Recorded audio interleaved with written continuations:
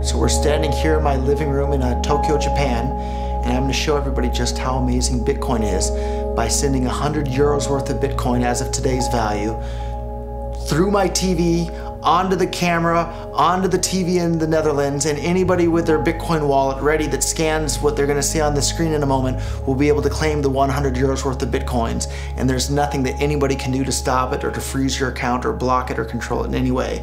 So on the TV here, we have a Bitcoin address that I've just generated. And I have my phone here. I'm going to scan the QR code for the Bitcoin address on the TV. Now I have it. I'm going to send 100 euros worth of Bitcoins to that address. So we'll hit send.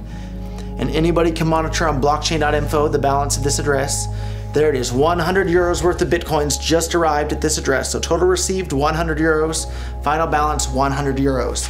Just like that. So on this next screen you're about to see, anybody with their Bitcoin wallet that scans the private key that corresponds with that address will be able to claim that money just by scanning the code that you're about to see on your television. So if you want to take a look, here it comes, 100 euros ready for anyone to claim. All you have to do is scan this one right here, and it's 100 euros worth of Bitcoins as of today. By the time you scan it, it might be worth even more. So there it is for anyone ready to claim with their Bitcoin wallet. Okay, Holland, now you've just seen the power of Bitcoin. I sent 100 euros worth of Bitcoin from here in Tokyo directly to you guys through this camera, through the network, through the TV, right into your home. If I had tried to do that, send you the money with a traditional bank, it would have taken several days and probably cost 30 euros. I just did it right now with Bitcoin instantly, basically for free, and didn't have to ask anybody for permission. I didn't need a bank, I didn't need a government, I didn't need anybody. I just needed myself and you and our smartphones to do it. That's the power of Bitcoin. This is Backlight. Welcome to a world in which we can be our own bank.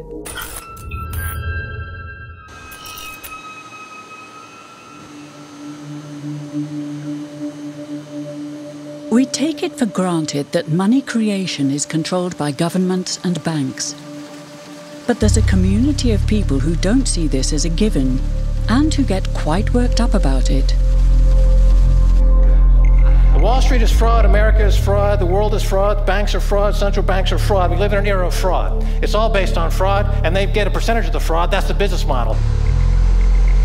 To suggest that there is any moral or ethical aspect to anything that's going on now is to be completely naive about the fact that we live in an era dominated by financial terrorists, jihadis of banking. They're here to kill you and themselves. They believe in an ideology, not the Quran, but Adam Smith, that they completely misread and interpret as something to justify their blowing themselves up. Janet Yellen's a terrorist! Mario Draghi's a terrorist! The Central Bank of Japan is a terrorist! These are the real terrorists! Funds received. This community is switching to what they think is a better monetary system. A system in which banks are no longer needed because payments could be made directly from one person to another. In a system of debt, one of the two parties is always the slave. And that is the architecture of money we live in. That is the architecture of money we use in our civilization. An architecture of money where you have no control. An architecture of money where every interaction is mediated by a third party that has absolute control over that money. Bitcoin is fundamentally different because in Bitcoin, you don't owe anyone anything and no one owes you anything. It is not a system based on debt. It is a system based on ownership. And no one can censor it, no one can seize it, no one can freeze it. And what they will tell you is that they're worried. They're very worried. They're worried that criminals will use Bitcoin. But the truth is that they're far more terrified than all of the rest of us will. Thank you. Bitcoin, the cryptocurrency that was mostly known as a convenient tool for criminals, has suddenly become an important topic at conferences on financial innovation all over the world. Proponents speak passionately of a digital miracle that can save the world from financial ruin. The Bitcoin story starts off like a gospel revelation. It's November the 2nd, 2008, just 6 weeks after the Lehman Brothers collapse, and all over the world there are panicked debates about how to save the banks. Then, on a little visited web forum for cryptographers, a document appears in which a completely new monetary system is proposed. The visionary author calls himself Satoshi Nakamoto. First time I heard about it, I was at lunch with a buddy in Texas, and he said, man, there's this crazy new money. And so we talked about it over lunch, and then I went home and I said, man, I wanna see if I can buy some. At first, I wanted to buy some. I emailed a friend of mine. I think I probably saw the white paper at some web forum or something. You know, it just said this is some electronic currency thing. And this was publicly available. You know, this was posted, I think December, 2008 or something. And these were the darkest days of the financial crisis. So that to me suggests a very clever mind that saw an opportunity, the perfect opportunity to introduce a new radical technology and a new radical approach to money and finance at just the right moment when people would be very open to making this big shift that's required to adopt a new currency. I'm pretty sure Satoshi is a human being, although I'd really love to go find out that he was some advanced AI. But 99.99% chance he was a human being. What's exciting for me is like a global economy. Right now we say we have a global economy, but I can't take $1 and give it to you in the Netherlands and then you know what to do with it, right? You would have to go and change it to your native currency. And when you kind of eliminate that step, and I can just send you one form of payment and you can send me a product in a matter of seconds, that starts to change things from a global perspective. So the first wire that I sent was for $25,000, and this was in early 2011, and Bitcoins were somewhere around $1. All the way along, I was buying Bitcoin, and anytime I managed to earn some dollars from my other company, I put it into Bitcoin, and at this point, the vast majority of my net worth I've been keeping in Bitcoin for a while now.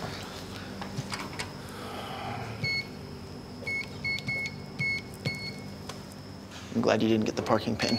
The car is actually like the perfect color for Bitcoin. It's like the Bitcoin orange.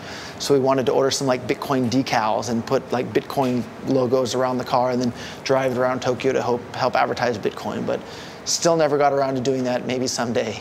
Roger Fear is the CEO of MemoryDealers.com, selling second-hand computer equipment. But for a couple of years now, he's been known as the Bitcoin Jesus. In 2011, he bought $25,000 worth of Bitcoins, which now have a market value of $6 million. And somebody closed my,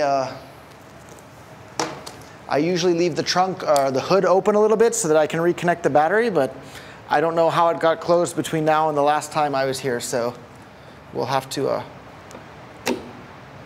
Some people think of Bitcoin as sort of an early adopter thing, like, okay, I'm already too late, or... So isn't that a problem for Bitcoin? So thinking that it's too late to get involved in Bitcoin is like thinking it's too late to get involved with the internet or too late to get involved with using a cell phone. Like, it's not too late to get involved in Bitcoin. Bitcoin's going to make your life easier in so many ways. And the price of Bitcoin, too, it's not too late for that either. Bitcoin's like $270 a Bitcoin right now. If Bitcoin becomes really popular all over the world, Bitcoins are going to have to be worth at least tens of thousands of dollars a Bitcoin, if not hundreds of thousands of dollars per Bitcoin. So thinking it's too late to get involved with Bitcoin is like thinking it's too late to get involved with using the internet. Of course not. Like, it's ubiquitous in our lives, and Bitcoin's going to become ubiquitous in our lives as well.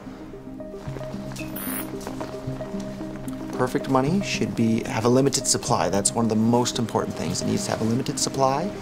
It needs to be easily recognizable. It needs to be durable. It needs to be transportable.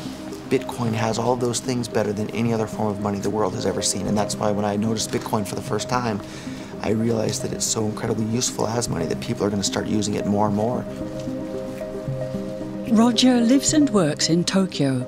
He's outsourcing all the work for his own company so he can spend all his time promoting Bitcoin.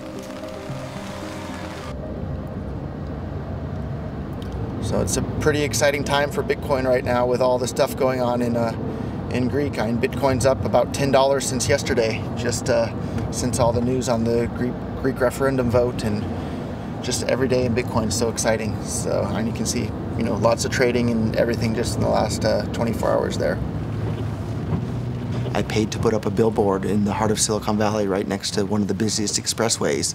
It just said, we accept Bitcoin, memorydealers.com, and then listed some of the parts that we sell. But then after that, I started paying for national radio ads in the United States that were on more than 100 radio stations across the United States, and paid for that for a couple of years. OKWave, a popular consumer website in Japan, will accept Bitcoins from now on. At a press conference, Roger Ver helps them spread the word. But today, one Bitcoin is 35,000 yen. だけど、Bitcoin 世界中人気になったら絶対何百万円とか何千万円ならなければならない。絶対 Bitcoin は人気になったら。ロジャーさんから説明をしていただきますので、ロジャーさんぜひビコをご説明いただければと思います。いいマネにはこういうことがあるんだけど、ナタリーさんは私より日本語うまいだから日本人だから、これはちょっと難しいことだから説明して聞いてくれませんか？すごいお金にはすごいさまざまな役割があるんですけれども、ビットコインはですね、手数料もかからなかったりとか、すごく透明性が高かったり、すごくオープンなリソースであったり、すごくお金にある、重要な要素をさらに超えていい要素がいっぱいあるということですね。今までのビットコインの前のお金にはこういうことはちょっとありましただけど、今までには人間の歴史のことを最初から今までビットコインは一番こういうことを持ってるだから、世界中には一番いいお金になる。ビットコイン財布が持ってたら今から送りますよ。送った。もう入った。早いでしょ？5秒じゃないよね。早い。これ何？すごい。そう、アプリインストールしたら。そう。今送ってる。もう送った？もう入ったでしょ？でも今日は1000円分。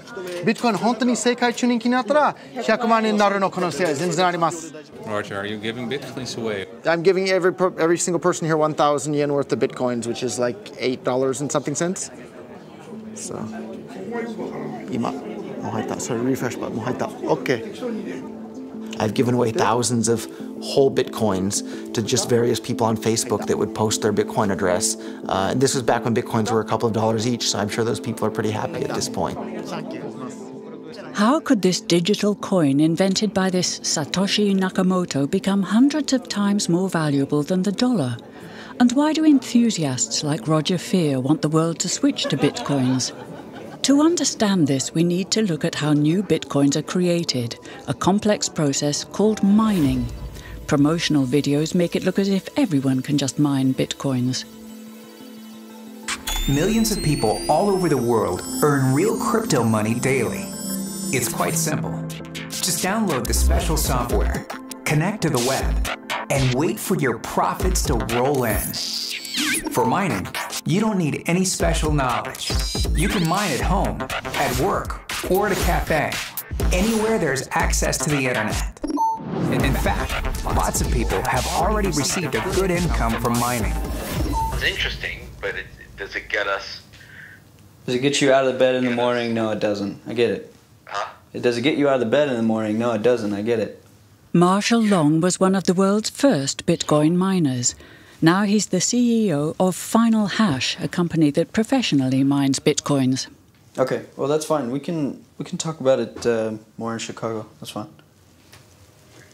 So, back in the early days, you know, I'd get phone calls from my buddies. Oh, hey man, I lost 10,000 Bitcoins because my computer blew up, right? Back then, one Bitcoin was less than a penny, right? So nobody cared. They lost $10. I don't care, right? And now 10,000 Bitcoins, that's $5 million. That's a big deal, right? So now it's interesting to see how the industry has changed. There wasn't YouTube videos and all these nice things to show you how to mine. So it took me about 3 weeks to hook a computer up to figure out how to do this mining. And back in the good days, you could take a laptop like this and you could mine maybe 100 or 200 coins in a day. When summertime in Houston came, my wife was like, this AC has been on for 24 hours. It's really hot. What are you doing up there? I said, oh, I'm just running some computers. And she walks up there and, you see 50 graphics cards all running at the same time. And it's very hot. And she's like, okay, you gotta get out of here. You gotta figure something else out because it is too hot. Hey, what's up, Nerdgasm fans? Jerry here, aka Barnacles. I'm here with Marshall Long from @FinalHash. Now, we're out here at, I would say, what's going to be the largest Bitcoin mine in North America. And it's realistically an actual mining operation. Like, you can pretty much attribute everything that's going on here to like a real gold mining operation. It's like you have heavy equipment, you have cost, you have fuel costs, and you have recovery. Everything. That you then go and sell and turn into real money. That's right.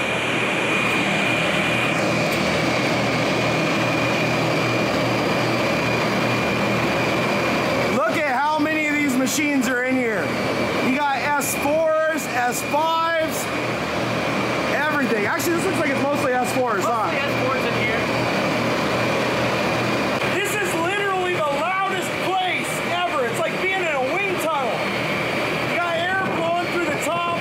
Move your hair around. I mean, these things are all blowing out massive air. Now, the cooling in here is so efficient that if you put your hand back here behind the units where they're drawing air, it's freezing cold.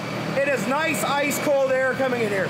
You put your hand in the front, down the center, it is burning, burning hot. So if you're asking yourself, is Bitcoin mining profitable? On this scale, hell yes it is. A Bitcoin is the reward for solving complex mathematical puzzles, and Bitcoin miners let their computers work day and night to complete these tasks.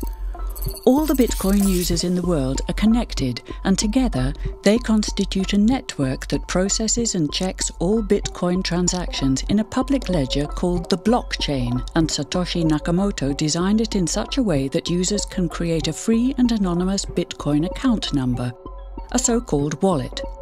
Satoshi's invention eliminates the need for a central bank, because all the users together are the bank.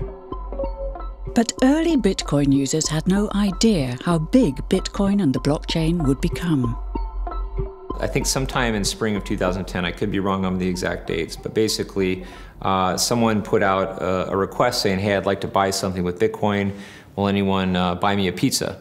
And I believe someone here in England bought the person in Florida a pizza for 10,000 or something Bitcoins. I mean, it'd be worth, a very large sum of money today. And that was the first Bitcoin commercial transaction. Garrick Heilman, an economist at the London School of Economics, was one of the first scholars to study Bitcoin and the blockchain as a serious monetary system. As a scholar, did you sort of label it, or was it something totally new to you? It looked very different to me. I mean, as soon as I heard the word decentralized and the fact there was a network powering this currency rather than a central issuer, that immediately captured my interest as something quite different based on what little I knew about alternative currencies at that time. What it meant for people who are libertarians in particular is that the government couldn't come in and shut down a server and end Bitcoin. It would have to shut down the entire internet or turn off the electricity grid to stop Bitcoin. And so that was really attractive to people who are worried about these types of things. Many of the early Bitcoin enthusiasts were libertarians who saw Bitcoin as the ultimate remedy for state intervention. This was also what attracted Roger Ver to Bitcoin. In his early 20s, he was a candidate for the Libertarian Party in California. But during his campaign, he was sentenced to 10 months in prison for trafficking illegal fireworks. According to him, this was a political case brought by people who opposed his ideas. So I have two Bitcoin-related GIs. I have the bitcoin.org GI, and I have the blockchain.info Bitcoin blockchain logo. So you think it was a political case? There's no doubt in my mind whatsoever, and in fact, even at one of the pretrial conference things with the ATF agents, my attorney and the U.S. attorney, my attorney was saying, hey, these are store-bought firecrackers we sold on eBay. We can pay a fine and do some community service and be done with this. There's no reason to destroy my life over it and send me to prison and make me a felon. And the U.S. attorney at that point was kind of nodding his head like that sounds reasonable. And the ATF agent literally pounded his hand on the table and shouted, but you didn't hear the things that he said, which I think summed up very clearly. They weren't mad about anything that I had done. They were mad about the things that I had said, because the ideas that I'm trying to spread are subversive to the state. And I did 10 months in federal prison, and I was scared of the U.S. government. The moment I was allowed to leave the U.S., I left, and I haven't lived there ever since. And they have what's called an exit tax. So at the time you announce you're a United States citizen, they tax you on your entire net worth at capital gains tax rates, and you have to pay them that money. Otherwise, they'll probably either send you to jail or at the very least not ever let you back in the country ever again. If you think about it, it's not all that different than slaves from the past having to buy their freedom from the plantation owner. Money creation by the state is sort of connected to state aggression for you, right? In my line of thinking is if you or I create counterfeit euros or print euros or dollars or yen, we would go to jail for counterfeiting because it's destructive to the economy. By counterfeiting dollars, it's stealing from everybody else in the economy that has money. When governments do the exact same thing, it has the exact same negative effects. The only difference is they call it fancy names like quantitative easing or economic stimulus, but it's destructive for the exact same reasons.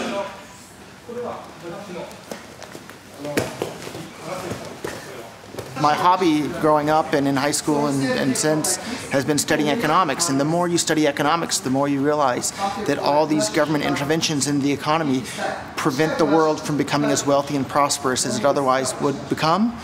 And suddenly now we have this tool that separates money from state. Like everybody today thinks that separating church and state, yeah, of course they should be separated. But a couple hundred years ago, it was, heresy to say that church and state should be separated. And today it sounds maybe a little bit crazy to say that money and state should be separate. But I think in another decade or two, people are going to think, oh, what the heck were we thinking, letting governments be in charge of money? That caused so many problems and so many misallocations of resources around the world. Of course, Bitcoin is better. Okay. Thank you. Why is the government and banks' monopoly on money creation seen as undesirable? In his white paper, Satoshi Nakamoto didn't express his opinion on this. But it does seem that he wanted bitcoins to appreciate rather than depreciate, unlike money. He programmed Bitcoin in such a way that there's a maximum of 21 million bitcoins to be mined. Bitcoins weren't meant to resemble money, but gold. In November 2013, this dream became reality when 1 Bitcoin was worth an ounce of gold. The Bitcoin code itself has never been hacked, but in 2014, the customer data of Mt. Gox, an online exchange office, was stolen by hackers, causing the Bitcoin exchange rate to plummet.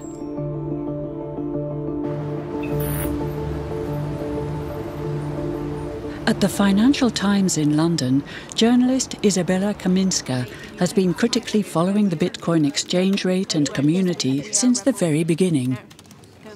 I've always been a geek about finance, and I've always been a geek about how the system works. So like the really boring nuts and bolts, the plumbing of the system.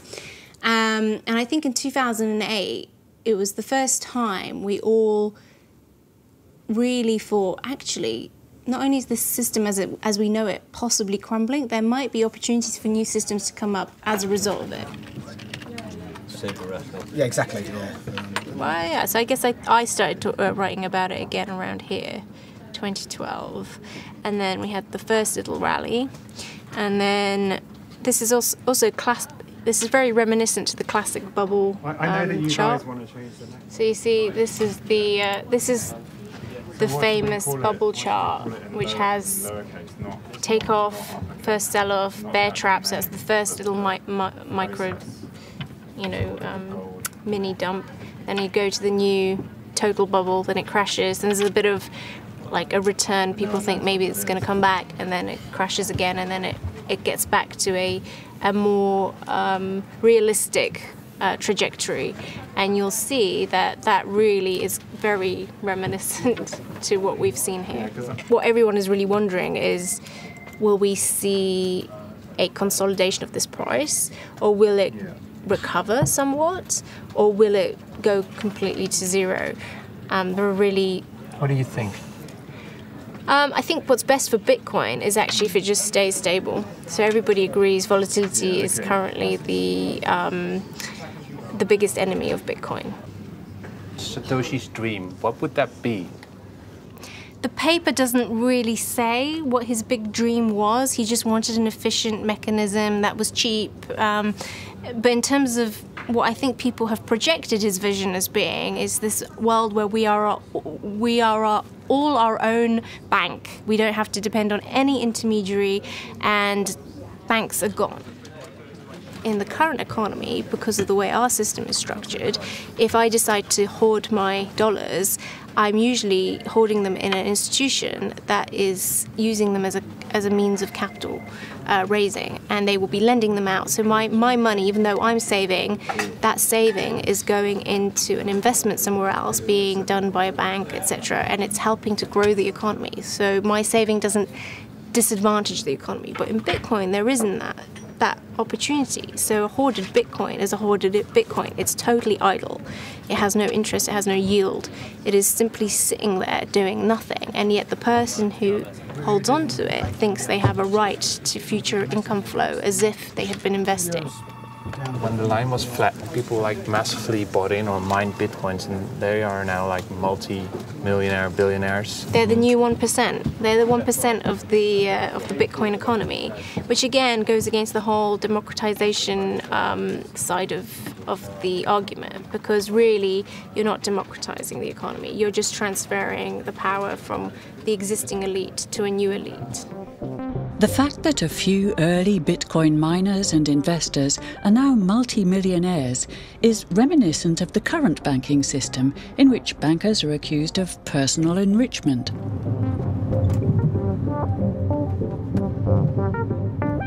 So I got this degree in international development, and I was with my dog on this hill, and I was like, yeah, what could I do? I could go try and work, and so say East Africa, I could try to go and explore economies there and see what's happening. I could try all these things, and then I was like, why don't I just try and break into the financial sector in London? That would actually be really, really fascinating. That'd be really amazing. And then once I had that thought, I just became obsessed with this idea. Brett Scott is the author of the book Hacking the Future of Money, about reforming the financial sector. To immerse himself in the system he criticised, he worked for 2 years as a broker in the City of London. We're now in the city. We just passed the border dragon. These dragons mark the boundaries of the City of London. So it's the financial district. Cut off all my hair, I bought my first suit. Interestingly enough, I had 2 interviews with Lehman Brothers, literally weeks before they went bust. And I remember being up in the sort of like 35th floor or something, and the guy was like, oh no, everything's fine, you know. Don't believe the stories you see in the press about us. And then they went under. If you created an entire society that was reliant on Bitcoin, yeah, you'd have massive problems of inequality. But it's very important in that it forms a kind of counterpower to the existing bank payment system. So while I can critique Bitcoin as much as you want, I'm always aware that the existing bank system is highly flawed, and I like the fact that this exists as an alternative. What's happening right now in a lot of the banking scene is this move towards it's called a cashless society. But if you think about what that actually means, it means every single payment that you undertake has to go via a commercial bank. Now, that means every single transaction you ever do will be monitored and recorded in a database somewhere. It means you'll always be giving fees to various credit card companies and so on. So there's potential for huge amounts of surveillance. There's all sorts of problems that come with a cashless society. In that world, something like Bitcoin, which is an electronic version of cash, or electronic form of, an electronic equivalent to cash, becomes quite important. So St. Paul's Cathedral across there, which is where the Occupy movement set up camp in London, and they were there for a long time. They tried to occupy the London Stock Exchange, but weren't able to get in, so they chose St. Paul's instead. You think of Bitcoin and the whole movement being as a sort of better form of Occupy? It's a different form of Occupy.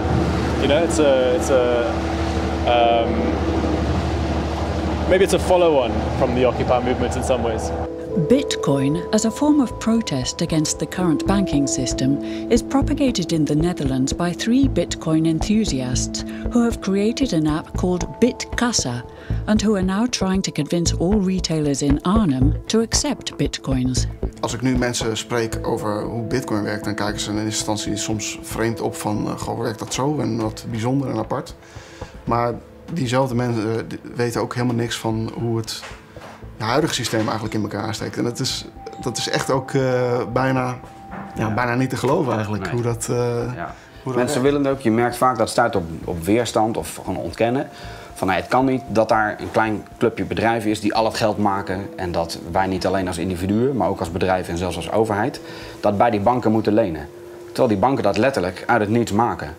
Dus ja, dat vind ik super scheef. Nou, we zien hier de plattegrond van Arnhem. Dit is een beetje het centrum van de stad. We hebben hier het modekwartier. En je ziet dat de bitcoin-acceptanten zitten verspreid. Maar met name in het centrum hebben we een enorme grote hoeveelheid bitcoin-acceptanten. Kun je zonder euro's gewoon een week een leuke tijd hebben in Arnhem? Dan vermaak je je uitermate goed, ja. Je kan overnachten, je hebt vrije tijdsbesteding. Je kan het wijnmuseum bijvoorbeeld, en bowlen. Ja, er zijn al verschillende toeristen geweest, eigenlijk bitcoin-toeristen, die speciaal naar Arnhem zijn gekomen omdat we hier iets hebben opgezet waarmee je gewoon met gemak een weekend een hele leuke tijd kan hebben en alleen maar bitcoins kan uitgeven. Hoe is het verder? Loopt nog niet gestorven met de betalingen, geloof ik? Nee, dat valt wel mee. Er zijn wel enkele mensen geweest die hebben betaald met de bitcoin. Ja, maar kan wel wat meer, geloof ik. Altijd. Ja. Eigenlijk liever meer als met pinautomaat, maar ja, dat is afwachten allemaal. Hè. Weet je, iedereen is verkikkerd op die pinautomaat of dat pinpasje. Maar iedereen die loopt met een smartphone. En als je die banken dan neemt, die nemen gewoon te veel geld voor alles. Dus je moet die pinautomaat huren of kopen. Je moet bundels kopen. En dan de stortingen moet je betalen. Al die dingen, als je dat allemaal bij elkaar optelt, dat kost gewoon te veel geld. En u als ondernemer krijgt dus bitcoins. Ja. Maar u krijgt via BitKassa-systeem krijgt u euro's uitbetaald. Ja. En wanneer zou u ervoor kiezen, denkt u, om die bitcoins te houden en te zeggen, ik hoef ze niet omgewisseld te hebben in euro's, ik hou ze wel als bitcoins? Als het echt daadwerkelijk omslaat. Dus dat je ook echt in de gaten krijgt van jongens, nou gaat er echt een sneeuwbal rollen, dus dat die meer wordt. En dan ben je eigenlijk van nou gaat het lukken en dan gaan we gewoon verder. Dan ga ik gewoon verder. Deze studenten hebben van de hand allemaal bitcoins gekregen en vanavond gaan we die uitdelen. Ja? Nou, ik verstuur nu die bitcoins en dan zou het bij jullie allemaal tegelijk moeten binnenkomen.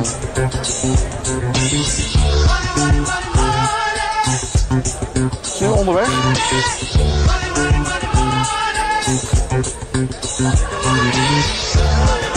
Binnen?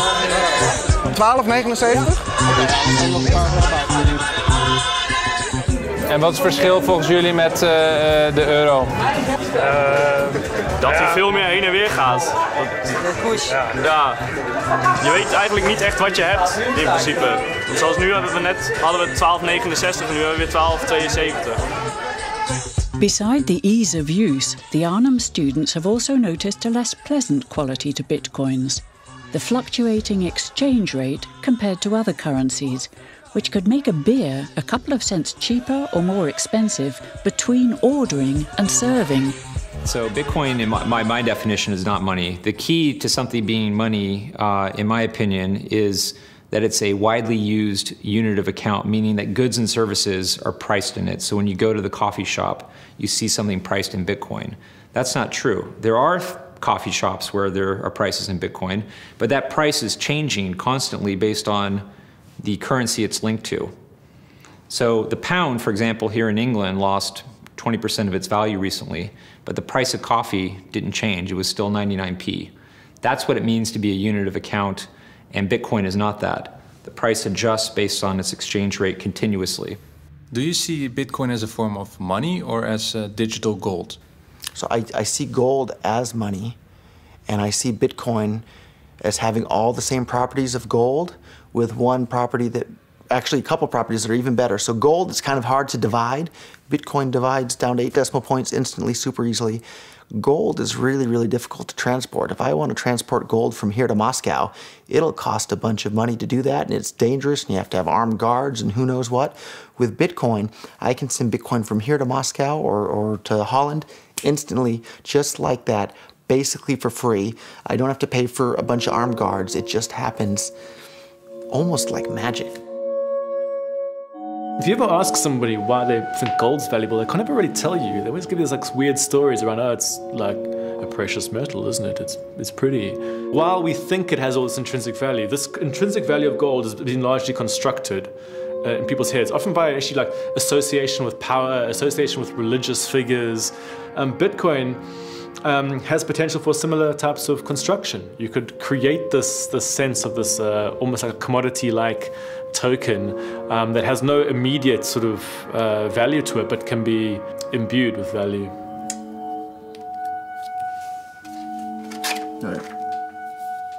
As more people start to mine, they become harder and harder to find. So it's kind of been I correlate it to like an arms race, right? The guy with the biggest gun wins at this point. So this is the newest place we've started working on here. This is a place in the mountains in China. It's cool and it doesn't rain that much, so we can cool it very efficiently. How much do you pay for that electricity on a daily basis? All in, all of my mines together, we're probably paying about $100,000, maybe a little bit more. A day? Yeah. You're paying $100,000. I'm sorry, that's per month. I'm sorry. Oh, okay. But Bitcoin in general, myself and all my colleagues combined, it's about $1 million a day in power. In power consumption. Yeah. And you guys generate what worth of coins? We're generating. Of course, it depends on the price, right? Mm-hmm. But current market price. Right. So we'll just say for $250. We'll just put the price at $250 for easy numbers. You're finding roughly around 25 Bitcoins every 10 minutes. So you just take that and times it by an hour. So you're finding around 150 Bitcoins an hour. Take that times 24 and then you do that times 250. Do some back of that. So we're making about $900,000 per day. So a lot of people ask, how is that possible? And the reality is a lot of the Chinese guys, they are mining at a negative profit. One of my friends in Beijing, I met him last month. I met him up again and I asked him, last time I checked, man, your power was pretty expensive. Why are you still mining? And his only words were, I can't stop. So what do you mean you can't stop? You're losing money. He's like, well, I can't. I have all these, pieces of equipment and I just can't stop. It's gold fever, right? That's right. And it's interesting because a lot of my colleagues don't see it as a business subconsciously, right? They kind of get addicted to it and kind of get crazy about it. "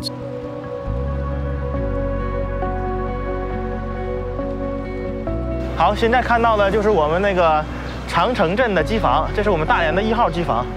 现在有3层楼，我们使用的这是第2层。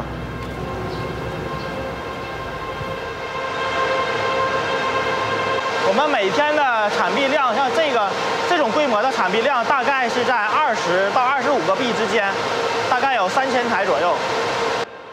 那员工大多数的时候，只要在工作时间都是住在这儿的。员工的收入在国内传统的行业来比，同样的职位的话，他们的收入应该是偏高的。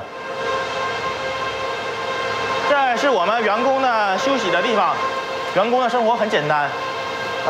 基本上是很枯燥的，大多数时间除了看管机器，那可能就是睡觉、看看书、看看手机这样。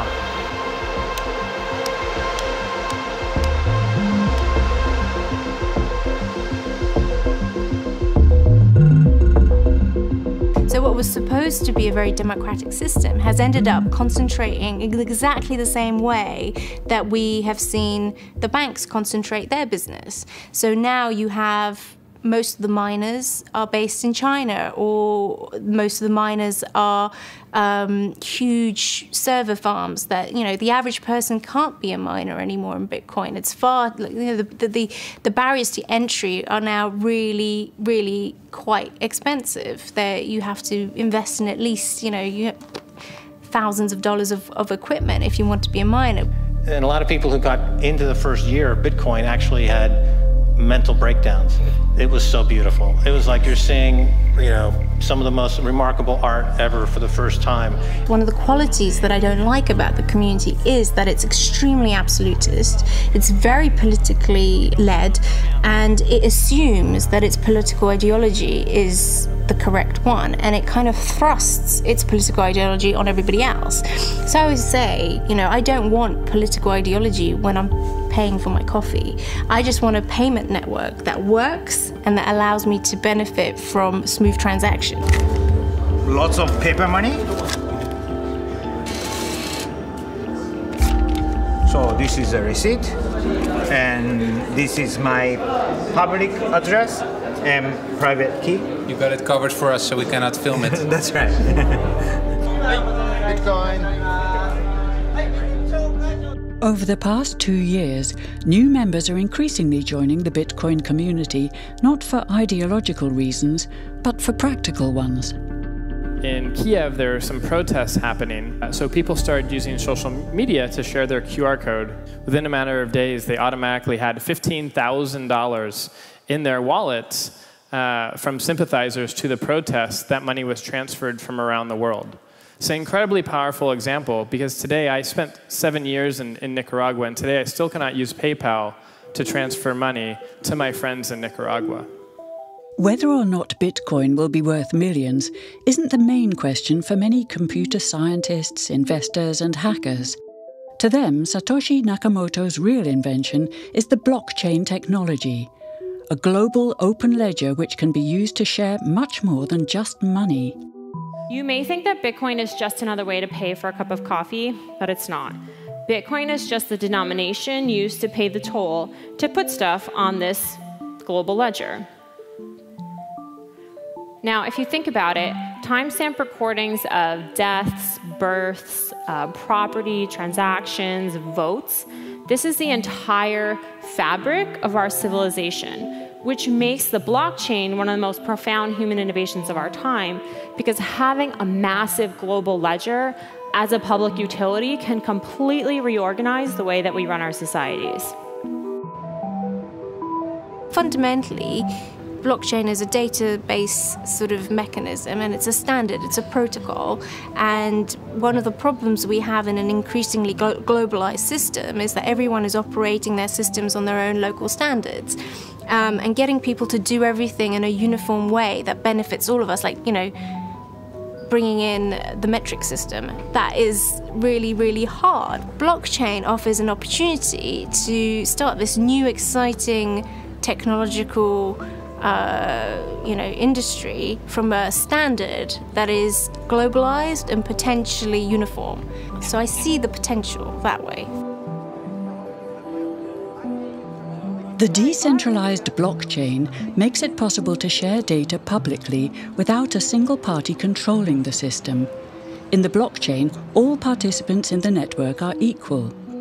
Maybe inventor Satoshi Nakamoto saw Bitcoin as just the first experiment with this form of digital democracy. I think blockchain technology is really authentically fascinating. Like, I think it's anybody who ignores it and writes it off is probably making a mistake. I think it's definitely not going to get smaller. But to this day, the true identity of the architect behind this revolutionary technology remains a mystery. We can't ask Satoshi questions, which is really frustrating, right? But it's also, again, part of, I think, the magic of Bitcoin is that, we can all kind of imagine this technology, as we see it, rather than just as Satoshi did. So it could be used in this way, even if Satoshi didn't intend it to be this widely, worldwide distributed thing. I think Satoshi probably did, but it still could be that, and we can make it that. Satoshi around here somewhere in Tokyo? Yeah, I think I see him right there. Oh, that's a question I get a lot, actually. A lot of people have asked me who Satoshi is since I got in so early. I think I've got a pretty good idea, but I like to keep that one close to my chest. So. Why? Tell me. Because I'm not 100% certain, and the reality is it doesn't really matter. right? It doesn't matter who Satoshi is, because now it's kind of grown beyond like a pet project, right? What do you mean he owns, Satoshi owns how many coins? I think he's got about 500,000 locked up. With his blockchain technology, inventor Satoshi Nakamoto has completely relinquished his control of Bitcoin. But he does own 1/20th of all Bitcoins himself.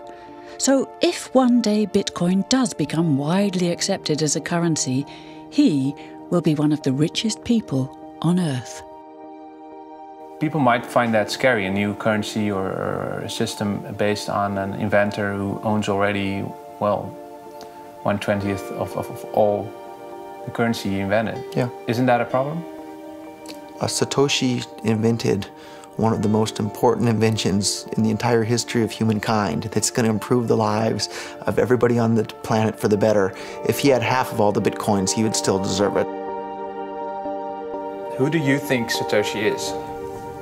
I think it's probably a band of people who decided that a nom de plume was the best way to go, precisely because if it did take off, there would be too many consequences for an individual, one person, or even a group of people.